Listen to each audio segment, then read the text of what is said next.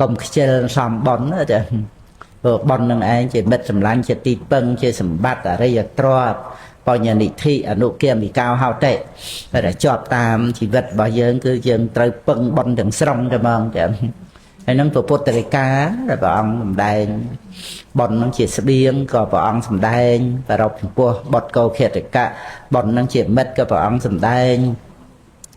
នាំមកនៅប្រយោជន៍នាំមកនៅសេចក្តីសុខទាំង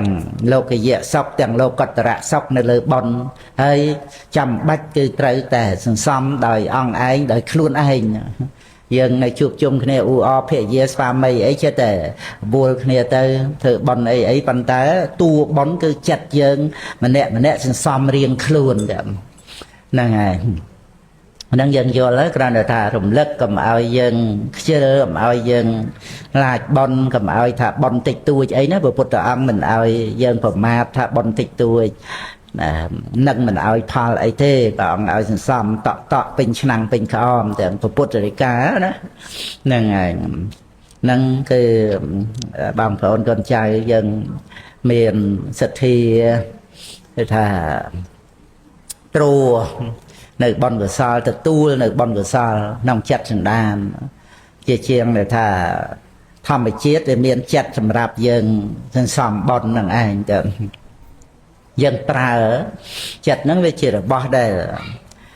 ទុកដាក់ក្នុងโลกនេះទេមិនមែនយើងយកចិត្តទៅព្រះនិព្វានទេគ្រាន់តែយើងប្រើឲ្យសំបននឹងគ្រប់គ្រាន់ទៅសម្រាប់ទៅជាអរិយមគ្គឧបាទៈថតិភង្គៈឬលត់ទៅដែរតើមិនមែនទៅនិព្វានទេ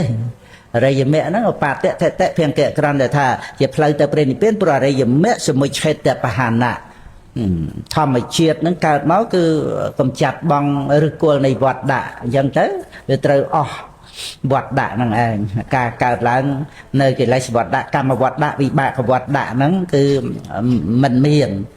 មានការកើតហ្នឹងដោយអំណាចនៃអរិយមគ្គហ្នឹងឯងរបៀបដូចថាយើង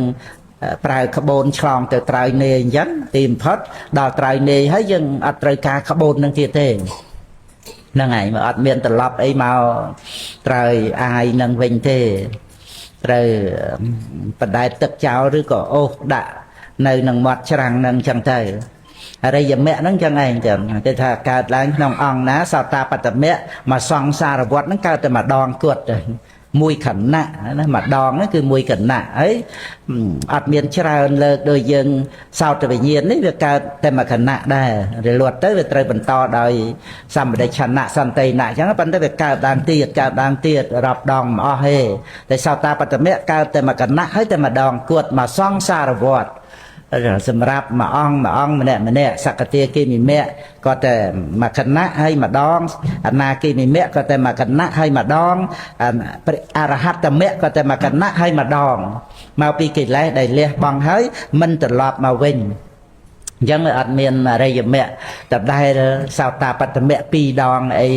សម្រាប់មួយអង្គឬម្នាក់នឹងទេហ្នឹងឯងហ្នឹងគឺការមិនកើតឡើងជារៀងរហូតហ្នឹងឯងគឺនិព្វាននិព្វានសម្បត្តិសម្បត្តិរបស់ព្រះអរិយបុគ្គលហ្នឹងចឹងប៉ុណ្ណាហ្នឹងហើយ